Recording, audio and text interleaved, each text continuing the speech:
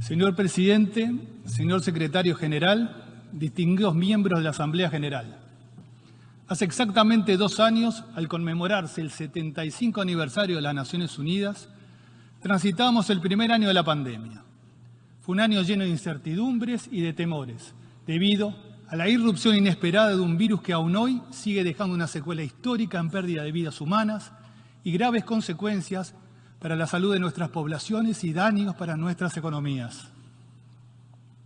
Desde entonces la situación internacional no solo no ha mejorado, sino que han aparecido nuevas fuentes de tensión que han dificultado avanzar en la recuperación económica y hacer frente a los importantes costos sociales originados por la pandemia. La invasión militar de Ucrania por parte de la Federación de Rusia es injustificable. Nuestro país lo ha condenado en los términos más firmes como una clara violación de los principios sobre los cuales hemos construido esta organización y que deben ser respetados por todos sus miembros. Es imperioso que la Federación de Rusia cese las hostilidades y se retire a la mayor brevedad del territorio ucraniano. Las partes en este conflicto deben esforzarse por volver a la mesa de negociaciones para resolver sus diferencias pacíficamente, tal como lo estipula la Carta de las Naciones Unidas. Entre tanto, los efectos negativos del conflicto armado se hacen sentir sobre múltiples aspectos de la realidad internacional y pesan cada vez más sobre la vida cotidiana de millones de personas. El impacto sobre el comercio internacional alimenta las tendencias recesivas de muchos países. El déficit de productos agrícolas afecta seriamente a los países importadores de menor desarrollo y la falta de acceso a los mercados mundiales genera inseguridad alimentaria en varias regiones del mundo. Otros estados experimentan desabastecimiento de energía o encarecimiento de los precios de estos suministros. Con ello, se afectan las condiciones de vida de millones de personas, pero también esta situación ha creado una nueva amenaza para el medio ambiente.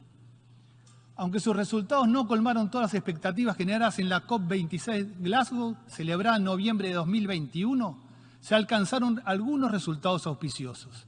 Además, quedó claro que los países no han renunciado al objetivo de limitar el calentamiento global a 1,5 grados centígrados por encima de los niveles preindustriales.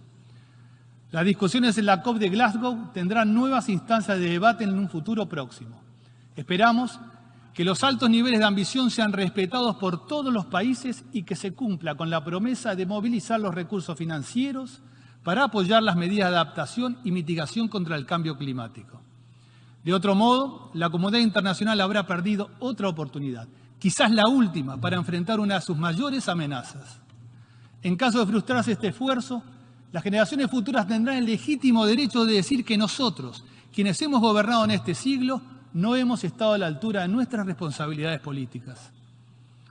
En este sentido, quiero renovar el apoyo de Uruguay al Acuerdo de París y nuestro firme compromiso con sus objetivos y sus metas concretas. Ese es el camino común que hemos definido y es necesario un mayor empeño para llevarlo a cabo. En este contexto y ante desafíos tan importantes, el multilateralismo no es una palabra hueca o carente de significación. Es esencial para ello el fortalecimiento del sistema multilateral del que todos somos parte y que constituye un activo en común. Es necesario reforzar y mejorar los mecanismos de alcance global y regional para dotarlos de mayor eficacia y alcance preventivo. La comunidad internacional enfrenta hoy 3 retos de gran magnitud: la paz y la seguridad internacional, el medio ambiente y la salud mundial. El sistema multilateral es esencial para abordar estos desafíos, no solo como principio inspirador, sino también como una herramienta clave para que nuestros esfuerzos resulten eficaces. En este sentido, quiero ratificar una vez más nuestro compromiso con el multilateralismo. Señor Presidente, a pesar de la coyuntura adversa, este año 2022 debería significar también un hito para la Agenda 2030 y la consecución de los Objetivos de Desarrollo Sostenible. Ya estamos transcurriendo la década de acción y es imprescindible pasar de la retórica a la concreción de las metas. Conforme con estos propósitos, Uruguay presentó el 5º Informe Nacional Voluntario que rinde cuenta sobre los logros y metas alcanzados durante el 2021 por Uruguay. Estos informes constituyen una clara reafirmación del compromiso de mi país con la Agenda 2030 y con el cumplimiento de los Objetivos de Desarrollo Sostenible. Uruguay no escatima esfuerzos en la tarea de formular políticas públicas activas y de mejorar indicadores relacionados con estas materias. Persisten en el sistema internacional deficiencias que afectan y debilitan el esfuerzo que se ha hecho en pos del desarrollo económico y social de nuestros países.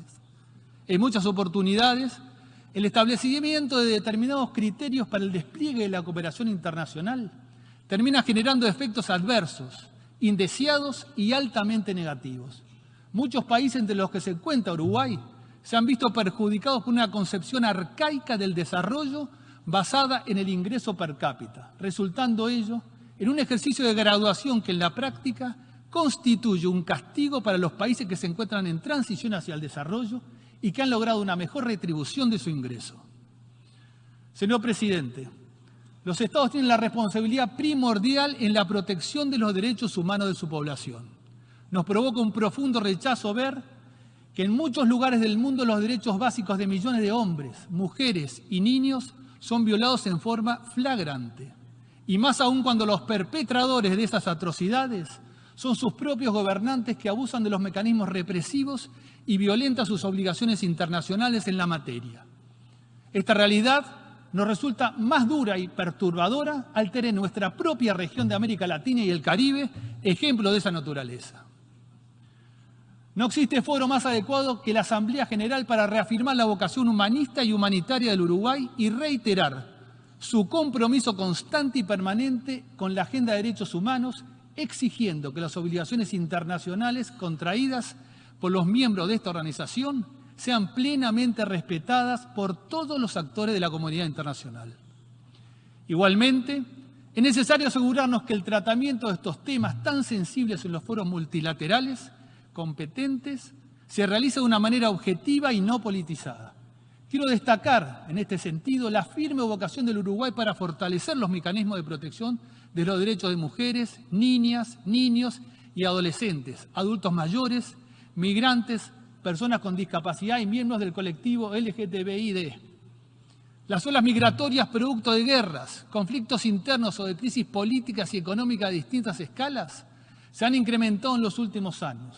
Focos de inestabilidad regional, como el provocado por el conflicto en Ucrania, así como la guerra civil en Siria o los acontecimientos en Libia, Myanmar o en Venezuela, en nuestra propia región, han ocasionado un aumento de los flujos de personas y familias que abandonan sus hogares y sus países buscando seguridad y alivio. Quiero destacar el rol de la Corte Penal Internacional como mecanismo central del sistema de justicia internacional y su relevancia como factor disuasorio y sancionatorio contra los perpetradores de acciones genocidas, atrocidades en masas y de crímenes contra la humanidad. Señor Presidente, en el ámbito del mantenimiento de la paz y la seguridad internacionales, y tal como lo hace anualmente, Uruguay renueva su apoyo a las misiones y operaciones de paz de las Naciones Unidas. Nuestro país tiene una larga trayectoria de contribución a estas misiones, iniciada a fines de la década de 1940, habiendo desplegado efectivos en diversas misiones durante más de 70 años en forma ininterrumpida. Uruguay se encuentra entre los primeros 15 contribuyentes de tropas al sistema de Naciones Unidas y actualmente nuestros despliegues principales se encuentran en la MONUSCO, en República Democrática del Congo, y en UNDOF, en los Altos del Golán. Uruguay mantiene inalterable este compromiso con la paz, la seguridad internacional y la protección de civiles. En línea con el espíritu y los postulados de la resolución 13.025 del Consejo de Seguridad, el pasado 21 de julio, Uruguay presentó oficialmente su Plan de Acción Nacional sobre Mujer, Paz y Seguridad. Señor Presidente, Uruguay es uno de los países fundadores de esta organización, habiendo colaborado activamente en diversos periodos de su historia con su objetivo de preservar la paz y la seguridad internacionales. Uruguay no concibe la paz en el mundo si no existen compromisos serios y firmes de parte de la comunidad internacional en materia de desarme y no proliferación. El bloqueo y la parálisis experimentada recientemente en el marco de la 10ª conferencia de examen del Tratado de No Proliferación Nuclear nos debe hacer reflexionar sobre este particular momento en la historia de la organización. El Uruguay ha apoyado y seguirá apoyando la agenda del desarme de las Naciones Unidas y continuará buscando los acuerdos que permitan que la arquitectura del desarme funcione en forma eficaz y confiable. Entre los factores de inseguridad presentes en la realidad internacional, es necesario recordar la creciente influencia de la delincuencia internacional organizada, el narcotráfico y el terrorismo internacional. Así como nuestro gobierno se ha trazado como una de sus prioridades el combate contra la delincuencia y el narcotráfico para brindarle a nuestra sociedad niveles más elevados de seguridad, reitero el firme compromiso y la cooperación del Uruguay en la lucha contra el crimen organizado y las actividades terroristas a nivel regional e internacional. El Uruguay está comprometido con la agenda de ciberseguridad y combate al ciberdelito. La organización tiene una responsabilidad primordial en esta materia y Uruguay participa activamente en las instancias que están teniendo lugar. Adicionalmente, en este momento, el Uruguay ha formalizado su solicitud al Consejo de Europa para adherir al Consejo de Budapest, al Convenio de Budapest sobre ciberdelincuencia y abrazar de esta manera la más moderna legislación existente a la fecha para enfrentar el ciberdelito. Como a todos nos consta, las tareas que desarrolla esta organización son numerosas, oportunas y necesarias. Pero, como acertadamente ha expresado el secretario general Antonio Guterres, debemos combatir las disfuncionalidades que nos paralizan. Como gobernantes, tenemos la obligación de lograr que nuestra organización represente a todos los ciudadanos, incluidos los sin voz y sin rostro, y no sea percibido como un escenario anual de retórica para delegados y diplomáticos. Señor presidente, la democracia no es un modelo perfecto ni soluciona todos los problemas de los hombres y mujeres en este mundo, pero es notoriamente el sistema de gobierno que mejor permite salvaguardar el mayor anhelo de los seres humanos, que es el de su libertad. La democracia es el régimen político que representa y refleja de una manera la propia condición humana, nuestras expectativas de superación espiritual y material y el disfrute del derecho de poder elegir. Democracia y Estado de Derecho son elementos necesariamente interdependientes, esenciales para que el orden social y político de un país represente la voluntad genuina de sus ciudadanos. Sin embargo, la democracia, sus principios y sus valores son sistemáticamente acechados en múltiples lugares del mundo. Para el Uruguay, el sistema democrático forma parte de su historia y de sus mejores tradiciones. Constituye un rasgo de identidad de nuestra sociedad. Nos enorgullecemos de ser considerados como una democracia plena, pero también somos conscientes de nuestra responsabilidad como gobernantes de fortalecerla cada día y protegerla ante sus múltiples desafíos. Esta construcción democrática con sus valores y sus principios rectores, nuestra democracia y nuestro Estado de Derecho, lo que ha permitido es que la voz de Uruguay no solo sea escuchada, sino también respetada en la comunidad internacional. Estos fueron, son y seguirán siendo entonces los pilares fundamentales sobre los que reposa la contribución de mi país al concierto internacional. Sobre esta base, Uruguay renueva nuevamente su compromiso con el sistema internacional de naciones. Muchas gracias.